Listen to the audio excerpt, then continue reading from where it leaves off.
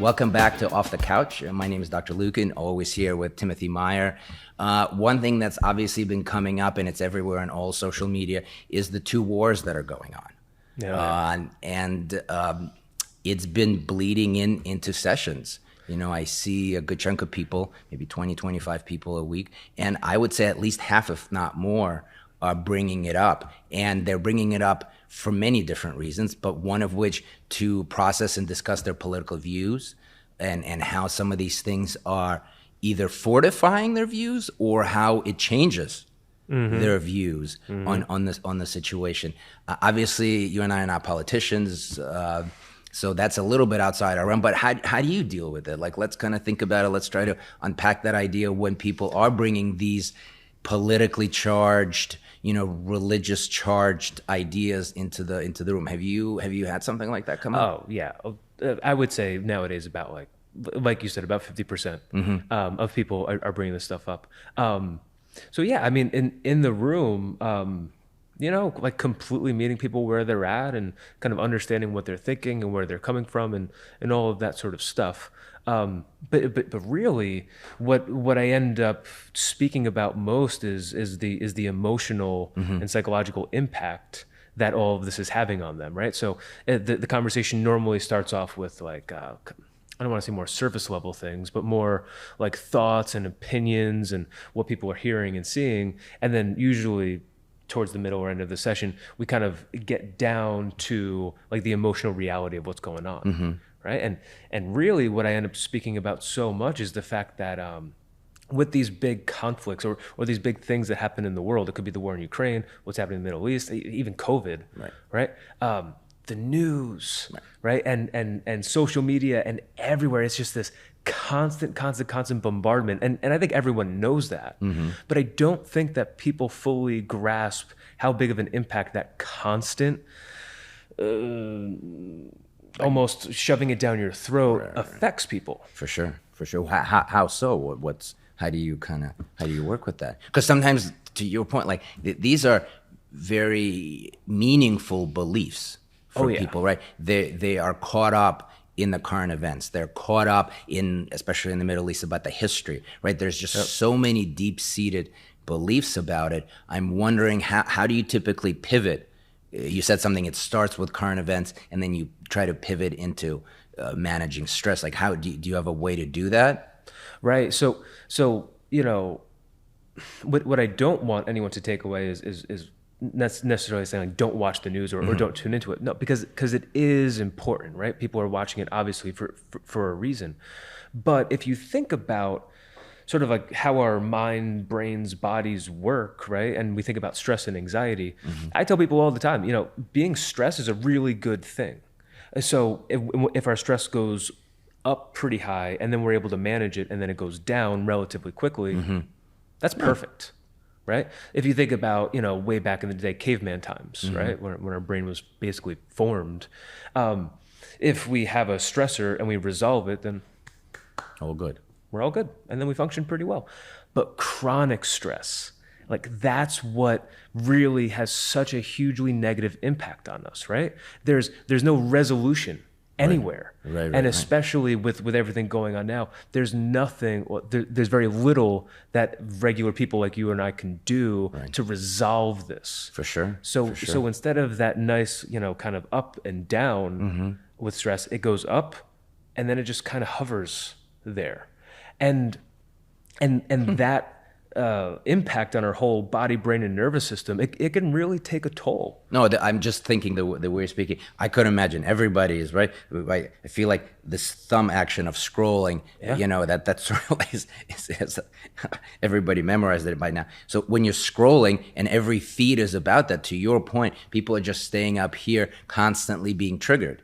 Yep. And it's sort of like, I don't know, to our nervous system that doesn't know the difference between something that's in your control and out of your control, it's like seeing a bear every 5 minutes or every 30 seconds, and we're constantly just charged with pain, with this, with that, and it just has, we're just constantly on edge, right? And there's nothing that we can really do about it. For sure. Right? So then all that emotional energy, where does it come out? Right. Well, I mean, we could probably spend a long time talking about that one, but I might not even go into. So what I end up speaking with people about is like, like, have a balance. Like, of course this is important. Should you stay informed? Absolutely. Should you check into the news? All of that sort of stuff. But like, we really need to give our nervous system a break. And a lot of people have a hard time with that because they feel, I've heard anyways, that they feel like they're doing something wrong by not tuning in, by not noticing. They feel the need to act, which is what happens to us when we're stressed. But there's not much that we can act on. Right. Can we donate? Sure. Can we, go to a protest or something like that? Yes, absolutely. Right. But the action is, few and far between in things like this. And I think people need to recognize that. For sure. I mean, I really like what you said about, our brain really not knowing the difference, because I think for a lot of people, they tune in to help themselves process, but there is no end to the process because it's constantly being fed. Yep. It just stays up here, and then there's nothing that we can, Right. like, we want that resolution so badly. Right, if we right. see a bear in the woods and our nervous system charges up and we run away as fast as we can, then it goes up, we act, and then it's over with. Right. Well, that's how the nurse is supposed to act. Exactly. Right. But our nervous system isn't really set up for constant stress and constant bombardment on our phones, on social media, everywhere of these stressors. And it leads to people really doing very poorly. For sure. Well, I could imagine the first thing that comes to mind is poor sleep. Oh yeah. Right. And if the sleep is not great, then it's kind of hard to function the next day, especially if you're waking up during the night to check, or you're waking up in the morning and the first thing you check, right? You're getting another hit. So you're always kind of chronically stressed, anxious in your mind, chewing things over, thinking about opinions of others, of politicians, of friends, whomever that might be. Yeah, and I hear this a lot too. So I guess I'm going to go into this one. There's all this charged upness and the stress and this anxiety, and then before you know it, someone is on the comments section. Right. Oh, right. And then people start fighting, Right. and then you see someone on the street who has a different view than you, and there's all this energy and this Right. and this stress, and then that can lead to an interpersonal conflict. Or you're waking up in the middle of the night and you pull up Twitter immediately, so you're not sleeping, and then you're supposed to be, I don't know, studying for your exam, Right. but instead you're looking at this. So all of this stress is just leading everyone to go down directions that they kind of like don't want to go in. They're either like procrastinating their work, or they're not getting sleep, or they're fighting with other people. And I just see that as a direct consequence of our nervous system being constantly charged up. That's so interesting. You said the first thing that came to mind. That's so true, and I think people can relate to this. We get stressed, or like in all these attempts, checking back in. Maybe it got resolved. Right? Getting into a fight with somebody, maybe this will help me resolve it. Or posting and getting into arguments online, right? All these are unproductive ways that the nervous system is trying to settle itself. That's interesting, because I don't necessarily think people see it that way. I think they're seeing it as, I stand for my beliefs, versus you got stressed, you continuously stressed. So almost like unbeknownst to you, your nervous system is trying to calm you down. Yep. And these are attempts to do that. And if somebody who's tuning in can really see that and being honest with themselves, that's what happens.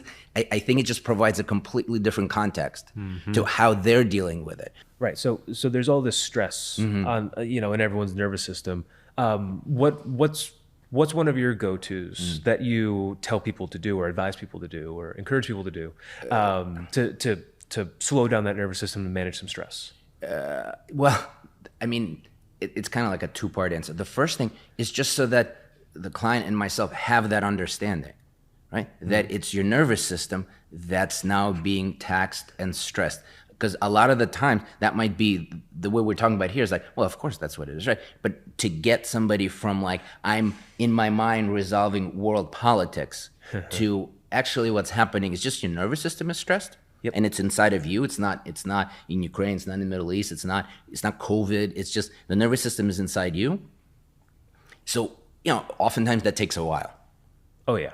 Just to get to the point of like, we're talking about you and how you manage anything external, right? And I try to kind of water it down because once we get into a specific issue, then we're married to that specific issue somehow. But if we can zoom out, like, is a stressor for you, and the language that I try to use is more inner focused, more empowering. Like, you want to focus on you and your nervous system. Once I kind of get a sense that we're on the same page there, then we're seeing external triggers, something outside, internal coping is something inside. Then the conversation really begins to open up, because then we're talking about, okay, so then this is really a problem of an excited nervous system.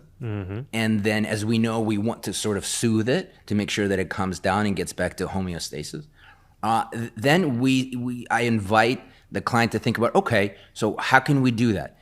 Since the nervous system is a physical thing, my favorite thing to go to is trying to soothe the five senses, right? Because if you think about it, that's the input that the nervous system gets. Yep. So if the input is scrolling, is fighting, is texting, it's posting, it's literally fighting, right? It's always kind of like agitated. So my go-to is like, okay, why don't we use the same five senses, which is hearing, seeing, touching, things like that. Can we come up with strategies or things that you can do to soothe?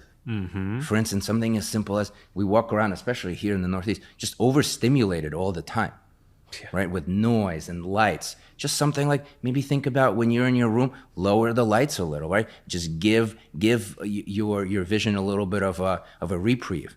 Same thing for sound. Maybe quieter is better right now. Maybe you need something, instead of doing extreme exercise, maybe you need actually to spend more time taking a hot shower. Or maybe it's the opposite, right? Maybe you're not doing it. Maybe you actually would benefit from some sort of physical exercise, right? Or touch, or smell, right? Like, we're thinking, then we're partnering up with the client to talk about, okay, your nervous system is excited. We already moved away kind of talking about current events and more like, okay, your nervous system is excited. And here's kind of how it gets excited through these five senses.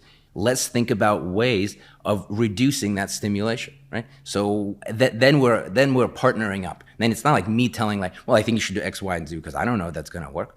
Like, I know things that work for me. I don't know what kind of things that. Then you can genuinely bring curiosity. Like, well, let's now brainstorm. Right. And one of the things I do is like, go home, just open this question up for yourself and just experiment. Hot, cold, more light, less light, this type of candle, no smell at all, perfume, whatever the case may be, right? We're thinking about how to reduce the stress on the nervous system. Then it actually works, because then we're actually dealing with the issue that the person is presenting in the session, rather than, miles and miles away. Absolutely. So I just have to echo that point really quick, because in your first point, it's really, really important to like have both of us on the same page and talking about like, okay, we're now talking about how we're going to regulate your nervous system. Because if you don't have that very intentional conversation, and it's sort of like, oh my gosh, there's a catastrophe going on the other side of the world, what should I do? Right. And then you tell me to, smell some lavender and pet my dog, I'm probably going to leave the room. I hear. I mean, that's an excellent point, because that's an excellent point, because we need that, because sometimes if that understanding isn't there and you do suggest the five things, they look at you like, there's death going on over there, or there's all these issues. You're telling me to smell the roses? Like, totally. So very, very important. Now, I'm going to tell you my go-to, and sure. I tell everyone this. 4-4-6 breathing. What do I mean by that? Inhale for 4 seconds, hold for 4 seconds, exhale for 6, and you make your mouth like you're blowing through a straw. So it comes out really nice and slow.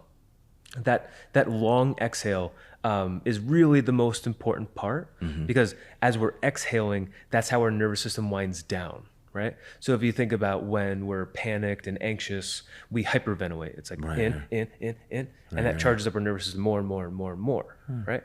But that long, slow exhale, that helps bring us down. If you notice, the 4 is smaller than the 6. We spend more time exhaling. Right. And so that's always my go-to way when someone's in like an aroused, hyper-aroused, nervous system state, to slowly be able to bring it down a little bit. I tell people to do it 3 to 5 times a day. No, I could see that. Regularly, to keep the nervous system in check. I just got to say it again. It's not that this is going to solve the problems across the world or anything like that. And some people might, on the surface level, see that as silly. It's like, oh, there's this huge thing going on. I should just breathe.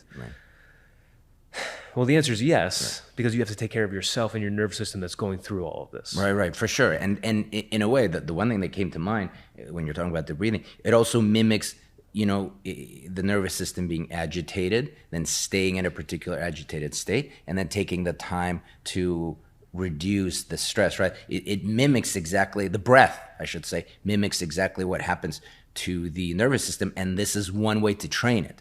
Right? Understandably so. During very stressful times, you would have to do a lot more of this or practice it at different times in your life. But it does really mimic that, right? Like the thing that Tim is saying about the breathing really mimics how the nervous system works. What I was just mentioning before about the 5 sentences, right? We're attempting to help our nervous system to calm down again. For what purpose? 2 reasons. 1, you feel better. And 2, you have more access to effective decision making, right? Which I think we all want, regardless of how you want to be helping. You want to go there, you want to send stuff, do whatever it is that you want. But once the nervous system is just soothed, it's much easier to do it. Absolutely.